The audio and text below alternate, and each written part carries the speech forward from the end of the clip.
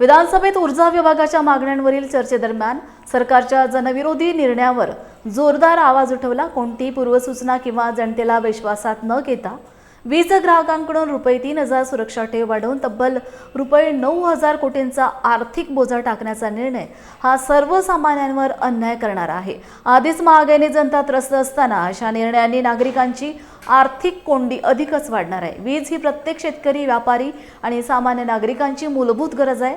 जनतेची लूट थांबवा आणि अन्यायकारक निर्णय तात्काळ मागे घ्या अशी ठाम मागणी उमरेडचे आमदार संजय मेश्राम यांनी विधानसभेत केली।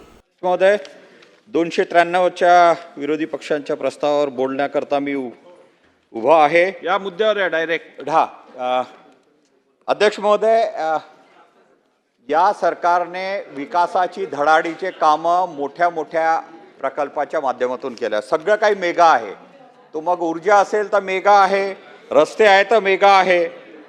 अध्यक्ष महोदय, ऊर्जाबद्दल दोनच गोष्टी सांगतो। प्रत्येकाला ऊर्जाची गरज आहे, व्यवसाय असो, शेती असो, काहीही असो। आणि आज जे गरजेची गोष्ट आहे त्याच्यामधून पैसा कमवण्याचा मार्ग ही सरकार काढते आहे का? एकच उदाहरण देतो। कोणालाही विश्वासात न घेता ₹3,000 सिक्युरिटी डिपॉझिट वाढवण्यात आलं।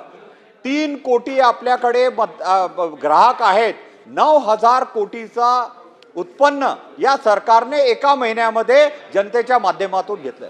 अध्यक्ष महोदय, महागाई एवढी वाढलेली आहे आणि जनतेचं आणखी तेल नाही काढावं अशीच विनंती मी करतोय। दुसरा एक रस्त्याचा प्रश्न